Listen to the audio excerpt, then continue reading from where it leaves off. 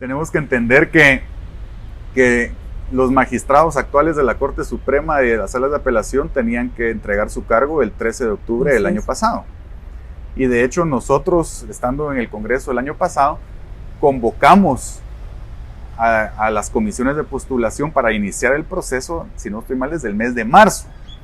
Y lo hicimos con ese tiempo de anticipación, precisamente anticipándonos de que lo más seguro es que iban a haber amparos en el camino que iban a atrasar el proceso, pero nosotros pensando en la importancia de cumplir con un plazo constitucional que hablaba del 13 de octubre, lo hicimos de forma anticipada. Este proceso ha pasado por 4 amparos. Ninguno tiene que ver con el Congreso de la República. El primero lo metió una señora de apellido Muralles porque decía que habíamos convocado demasiado temprano. Entonces votaron el proceso y se tuvo que volver a comenzar. Después metió un amparo un magistrado que se llama Noé Ventura, porque él consideró que la forma que se había integrado una de las comisiones de postulación no era la forma correcta. Después, un mes y medio más o menos antes de que tuvieran que entregar el cargo, justo cuando ya se iban digamos, a votar por los listados que llegan al Congreso, Helen Mack puso otro amparo, argumentando que no se habían cumplido con las evaluaciones correspondientes a todos los candidatos.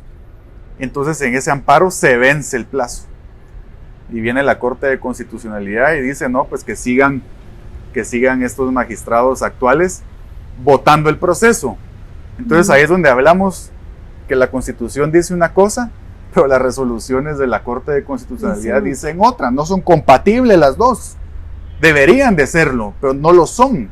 Entonces obviamente nos vemos en el dilema de a quién le hago caso, a la resolución de la Corte o a la Constitución, porque ya no son lo mismo.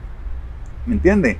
Y entonces resulta que después hacen un proceso de evaluación express que les toma 2 semanas, violando todo lo que la ley decía de cómo debían de hacerse las evaluaciones, lo que nos hace pensar que lo único que les interesaba era que el anterior Congreso no eligiera, y lo decían abiertamente. Los medios de los que estamos hablando decían, este Congreso insiste en querer elegir. Es que no es que insistamos, es que la Constitución dice que toca elegir. No es que querramos o no querramos, no es si tenemos intereses o no, es que la Constitución dice que antes de esta fecha hay que elegir. No es una discusión política, es una discusión constitucional.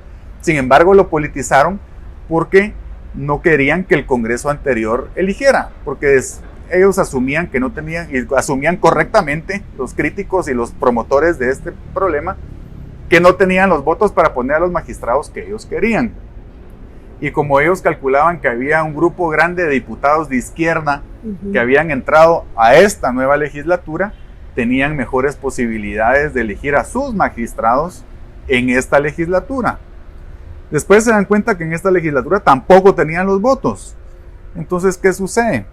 Se da todo un problema con el caso de comisiones paralelas. El Ministerio Público pone un amparo en la Corte de Constitucionalidad pidiendo que se anule todo el proceso. ¿Por qué? Porque calculaban, según sus criterios y sus investigaciones del momento, que estaba viciado. Entonces pone un amparo en la CC. Viene la CC, les da el amparo, pero no para lo que habían pedido, porque la CC viene y dice efectivamente está viciado el proceso, pero de todas maneras elijan a través de este procedimiento y no elijan a estos. ¿Basado en qué ley y en qué artículo en la Constitución? A saber, porque se lo inventaron. Entonces viene el Ministerio Público y le pide a la Corte que anule el fallo, porque eso no es lo que habían pedido. Ellos pidieron que se anule todo el proceso. Y viene la CC y dice, no se anula, pero lo vamos a cambiar las reglas del juego y que se elija de esta manera. Entonces el mismo Ministerio Público pide que se anule el fallo.